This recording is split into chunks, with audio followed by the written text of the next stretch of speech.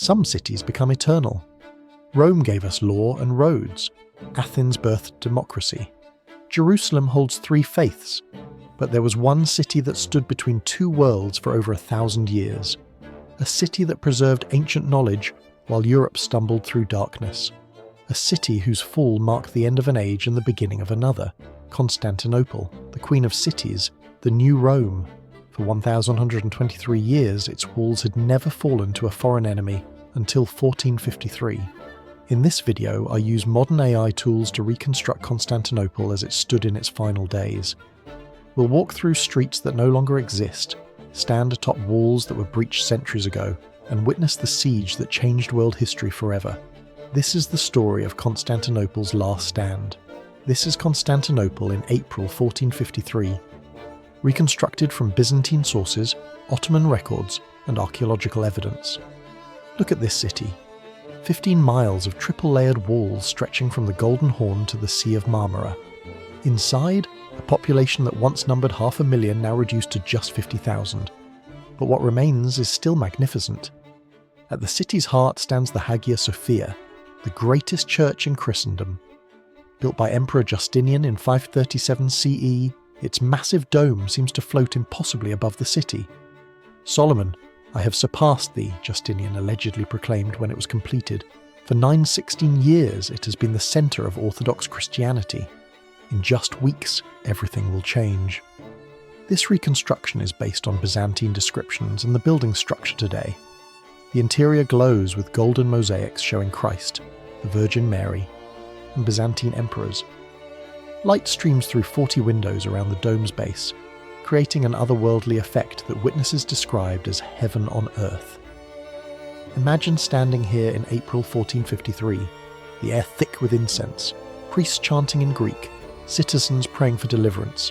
Everyone knows the Ottomans are coming. Next to the Hagia Sophia sits the Great Palace, though by 1453 it's largely abandoned. The Byzantine emperors now live in the Blachany Palace near the land walls, closer to where the fighting will be. But this complex still represents 11 centuries of Roman power in the east. Gardens, throne rooms, churches, all slowly crumbling, a fading empire's fading heart. This is the Hippodrome, Constantinople's great arena. Once, 100,000 spectators packed these stands to watch chariot races while emperors presided from their box. The Egyptian obelisk still stands in the centre, ancient even when Constantine brought it here in 390 CE. By 1453, the crowds are gone, but the monuments remain, silent witnesses to bygone glory. Now let's look at what made Constantinople nearly impregnable for over a millennium. The Theodosian Walls, built in the 5th century and never successfully breached by a foreign army. This reconstruction shows the triple-layer defence system that protected the city for 1,000 years. The outer wall stands 6 metres high with 96 towers. Behind it, a terrace. Then the inner wall, soaring 12 metres high with another 96 towers. And in front of everything, a moat 20 metres wide and 10 metres deep. Any army trying to take Constantinople had to cross the moat, scale the outer wall, cross the terrace under fire from the inner wall's towers, then scale the inner wall itself. It was considered impossible. Imagine being a soldier facing these walls. You're standing at the edge of that moat, looking up at walls that have stood for 1,000 years. Defenders rain arrows, stones, and Greek fire down on you. Greek fire, that mysterious Byzantine weapon that burned on water, whose formula was lost to history. The walls seem endless, stretching to the horizon in both directions. But in April 1453, something new faces these ancient walls. Ottoman Sultan Mehmed II, just 21 years old, has brought something Constantinople has never seen before. Massive cannons, the largest siege guns ever built. Technology that will make these 1,000-year-old walls obsolete. April 6, 1453, the Ottoman army arrives. This reconstruction is based on Ottoman miniatures, Byzantine accounts, and modern archaeology. Between 80,000 and 100,000 Ottoman soldiers surround Constantinople. Some sources claim up to 160,000.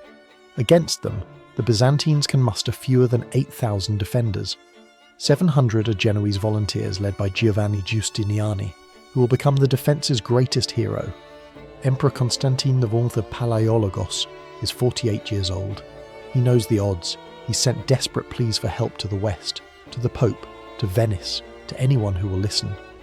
Some help has arrived, those Genoese under Giustiniani, a few Venetian ships, but not enough, never enough. The emperor will fight anyway. He has no choice. This is his city, his empire, his destiny. Look at the Ottoman siege lines. Mehmed has positioned his army with precision. The elite janissaries, the Sultan's slave soldiers, face the weakest point in the walls, the Mesoteikion, the middle section of the land walls. Here the wall runs through a valley, making it slightly lower and more vulnerable. This is where Mehmed will concentrate his fire, and what fire it will be. This is Urban's cannon, the largest gun the world has ever seen, cast by a Hungarian engineer named Urban, who offered his services to Constantine first, but was rejected because Byzantium couldn't afford him. Mehmed paid whatever Urban asked. The result is this monster, 8 meters long, requiring 60 oxen and 200 men to move it, firing stone balls weighing over 500 kilograms. On April 12th, the bombardment begins. The sound is indescribable. Witnesses report the cannon fire could be heard 10 miles away. Each shot shakes the ground.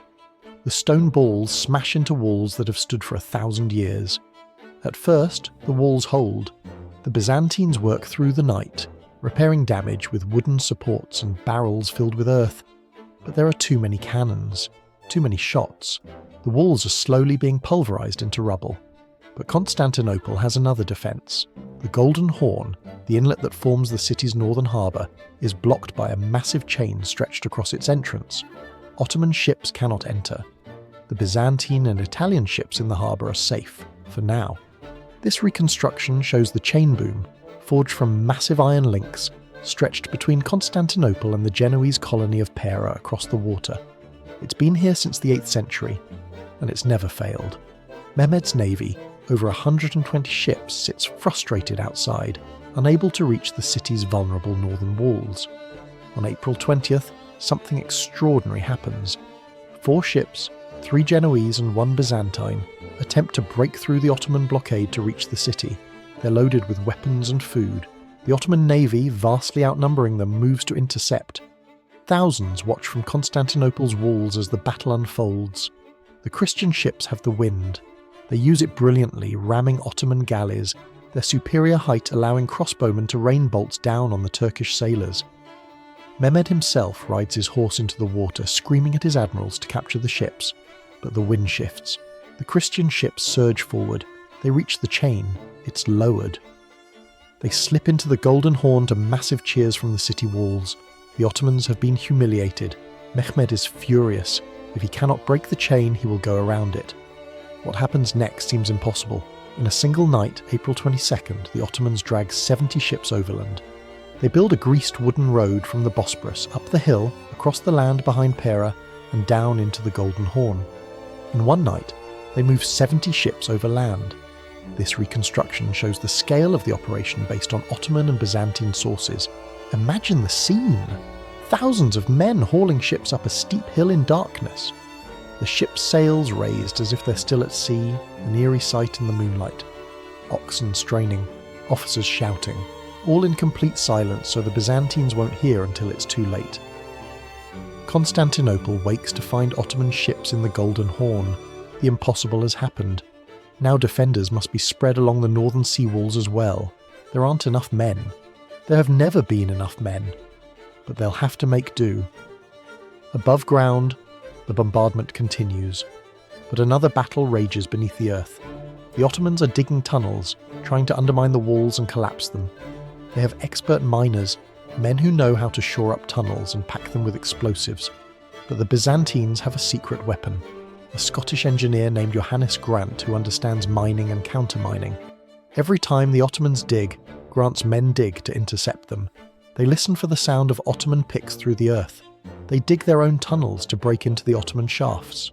Underground battles erupt in cramped, dark tunnels lit by flickering torches.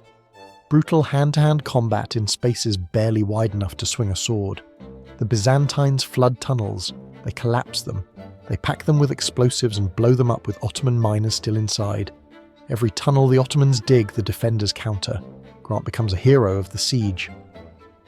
The underground war is a stalemate. but it's a stalemate the defenders desperately need.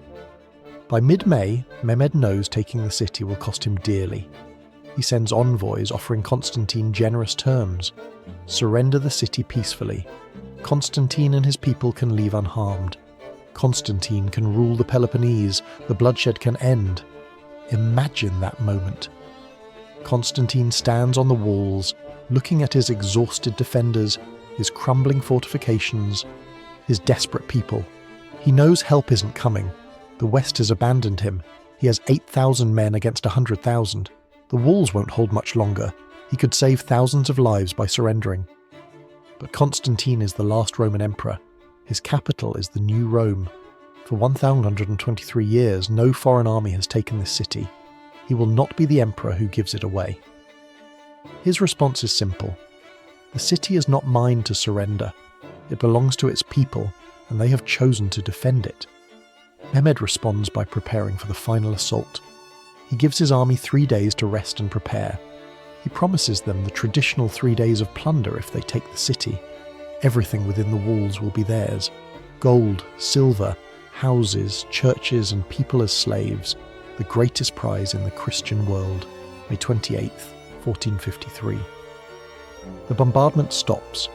After weeks of constant cannon fire, silence falls. It's more terrifying than the noise. Everyone knows what it means. Tomorrow the final assault comes. That night, Constantinople prays. A procession winds through the streets carrying sacred icons. The emperor joins them, walking alongside his people. They end at the Hagia Sophia for one last mass. Orthodox Greeks and Catholic Latins worship together, their ancient theological disputes forgotten in the face of annihilation. Constantine addresses his defenders one final time. He speaks of duty, honour and faith. He reminds them they defend not just a city but civilization itself. The gathered soldiers and citizens weep. Many know they will die tomorrow, but they will die defending something worth dying for. This reconstruction shows the Hagia Sophia that night, based on eyewitness accounts. Every candle in the city is lit. The golden mosaics glow. Thousands pack inside and overflow into the streets. They pray until midnight. Then Constantine dismisses them. He personally goes to every section of the wall, thanking every commander, every soldier. He asks their forgiveness for any wrong he's done them. Many of these men he will never see alive again. May 29th, 1453. 1:30 a.m. The attack begins. Not with cannons, but with drums and cymbals and screams. The sound is designed to terrify. The Ottomans send in their irregulars first, the Bashi bazooks, essentially cannon fodder meant to exhaust the defenders and fill in the moat with their bodies if necessary. They come in waves, attacking the land walls all along their length. The defenders cut them down. Arrows, crossbow bolts, stones, boiling oil. The irregulars break against the walls like waves against rocks. After 2 hours, Mehmed pulls them back. The defenders breathe, but this was just the beginning. Now come the Anatolian regulars, better trained, better equipped. They focus on the Mesetikion, the weak point. The defenders are already exhausted. The Anatolians bring ladders, grappling hooks and determination. They climb, they're thrown back, they climb again. The fighting is desperate. Hand to hand on the walls and in the breaches the cannons have made. Giustiniani is everywhere, his armour splashed with blood rallying his Genoese. Constantine fights alongside common soldiers, indistinguishable from them in the chaos. For 2 more hours the Byzantines hold. The Anatolians fall back. The defenders dare to hope. They've beaten back 2 waves. Maybe they can survive the third. But the third wave is the Janissaries, the elite of the Ottoman army. Fresh, disciplined, fanatical. They attack the Mesotikion in massive formation just as dawn breaks. The sight of them marching in perfect order, 5,000 strong, breaks hearts on the walls. How can exhausted defenders face this? Then, disaster. A stray bullet strikes Giustiniani. Not fatal, but painful. He insists on being taken to a ship in the harbour for treatment. His removal from the battle is catastrophic. His Genoese, seeing their commander wounded, begin to waver. Some fall back to protect the route to the ships. The defence starts to crack. At almost the same moment, some Janissaries discover the Kirka Porta, a small postern gate in the walls that someone has left unlocked. It's meant for Byzantine sorties. 50 janissaries slip through before anyone notices. They're inside the walls. They raise the Ottoman banner on a tower. The psychological effect is devastating. The defenders see the Ottoman flag flying from their own walls and panic spreads. The janissaries at the Mesotikion surge forward. The breach is too wide, too damaged by weeks of cannon fire. They pour through. Byzantines and Italians fall back, fighting every step. But it's over. Everyone knows it's over. Constantine XI hears the Ottoman banner is flying from the walls. He knows what it means. This is the end of the Roman Empire that began with Augustus Xanthimos 180 years ago. He will not outlive it. According to witnesses, Constantine throws off his imperial regalia, so he won't be recognised. He draws his sword and rushes into the thickest fighting. He's last seen in the press of battle near the St. Romanus Gate, fighting alongside his remaining soldiers. His body is never found. Some say he fell fighting like a common soldier. Others claim he threw himself into the sea rather than be captured. All we know for certain is that Constantine XI Palaiologos, the last Roman emperor, died with his city. The resistance collapses. Ottoman soldiers flood through multiple breaches now. The defenders flee to the harbour hoping to escape on ships. Many make it, many don't. The city is falling. What follows is brutal. Mehmed has promised his army 3 days of plunder, and they take it. Soldiers rampage through Constantinople. Houses are looted. Churches are stripped of their treasures. People are taken as slaves. The streets run with blood. The Ottomans reach the Hagia Sophia. Inside, thousands have taken refuge, praying for a miracle. The priests continue the liturgy even as Ottoman soldiers break down the doors. Legend says the priests vanished into the walls, and they will emerge to finish the liturgy when Constantinople is Christian again. But that day hasn't come in 571 years. The great church is plundered. Mosaics are plastered over. The altar is smashed. The building itself survives because Mehmed claims it for Islam. Within hours, it's been converted to a mosque. The first Islamic prayers are said that very day. The Hagia Sophia has been Muslim longer now than it was ever Christian. Mehmed enters the city on horseback on May 29th. He rides straight to the Hagia Sophia. When he sees a soldier trying to pry up the marble floor, he strikes him with his sword. "The buildings are mine," he says. "The plunder is yours." He's thinking ahead. This isn't just his conquest. This is his capital. The 3 days of plunder end. The killing stops. Mehmed begins rebuilding. He repopulates the city with Turks, Greeks, Jews and Armenians. He renames it Istanbul, though Constantinople remains in use for centuries. The city that was Christian Rome's eastern capital for 123 years is now the heart of the Ottoman Empire. It will remain so for 470 years until 1922. Constantinople's fall sent shockwaves through Europe. The last remnant of the Roman Empire was gone. Greek scholars fled west, bringing ancient texts with them. Some historians argue this helped spark the Italian Renaissance. Knowledge preserved in Constantinople for 1,000 years suddenly flooded into Western Europe. The fall also closed the old trade routes to Asia through Constantinople. European powers, especially Portugal and Spain, began seeking new routes. They sailed west across the Atlantic and south around Africa. In a very real sense, Constantinople's fall helped motivate the age of exploration. Columbus sailed west looking for a route to Asia that bypassed Ottoman control. He found the Americas instead. The technological lesson was clear too. The medieval era was over. Cannons had destroyed walls that stood for 1,000 years. Castles and fortified cities would never be the same. Warfare had changed forever. The gunpowder age had truly arrived. Let's return to the city one final time before the siege, before the cannons, when Constantinople was still the queen of cities. This reconstruction shows the Messe, the main street, stretching from the Forum of Constantine to the Golden Gate. This was one of the world's great boulevards, lined with shops, monuments, and churches. Imagine walking here in April 1453, merchants still selling goods, though everyone knows the Ottomans are coming, children playing in the streets, citizens going about their lives because what else can they do? The weight of history pressing down on every stone, the Forum of Constantine with its great column, the Basilica cistern underneath the streets, holding millions of gallons of water, a city of wonders still functioning, still alive, with just weeks left before everything changes. This is the Golden Gate, the ceremonial entrance to the city. Byzantine emperors returned from military victories through this gate in triumph. Constantine XI rode through it too, but there would be no triumph for him. The gate still stands today, walled up by the Ottomans and incorporated into the fortress they built after the conquest. These are the walls as they appeared from outside before the siege. Imagine seeing them for the first time. You're a merchant or a pilgrim arriving after a long journey. These walls stretch to the horizon. Behind them, domes and towers rise. The greatest city in Christendom, the New Rome, a link to the ancient world. Soon, it will all be different. Constantinople fell on May 29th, 1453, but in many ways it never truly died. The city lived on as Istanbul, one of the world's great metropolises.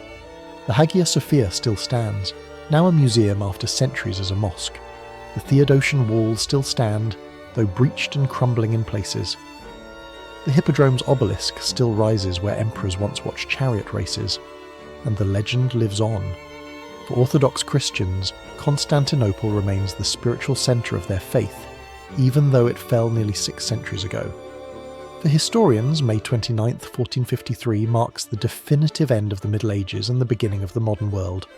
For Romantics, it's the last stand of ancient Rome, an empire that lasted from 27 BCE to 1453 CE, from Augustus to Constantine XI, one 480 years of continuity finally broken. Some cities become eternal, and Constantinople did. Not because its walls never fell, but because what it represented endured. The preservation of ancient knowledge, the bridge between East and West. The idea that civilization must be defended, even against impossible odds. And Constantine XI knew he would lose. He fought anyway. The defenders knew the walls would fall, they manned them anyway. That courage, that defiance, that determination to stand for something, even in the face of certain defeat, that's what made Constantinople eternal.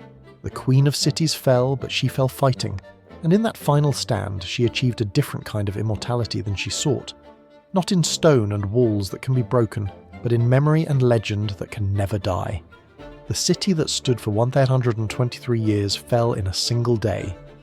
But the story of its fall has lasted 571 years and will last forever. Constantinople is gone, but Constantinople endures.